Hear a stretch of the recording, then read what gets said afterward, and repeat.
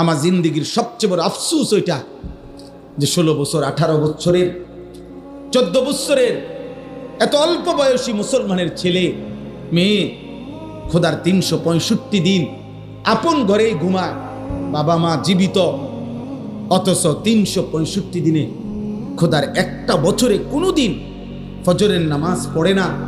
আহা, বাবা মা জীবিত, মুসলমানের সন্তান এত বড় নিকৃষ্ট কিভাবে হয়?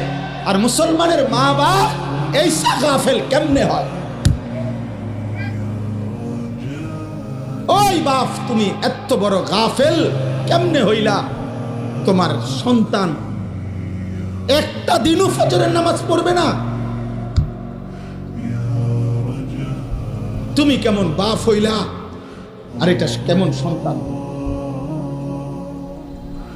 বলো না বাপ, বলো না সন্তান, নওজোয়ান বলো না ভাইয়া, এই কিশোর নওজোয়ান ছেলেরা, এই বন্ধুর কথা বলো, জবাব দাও।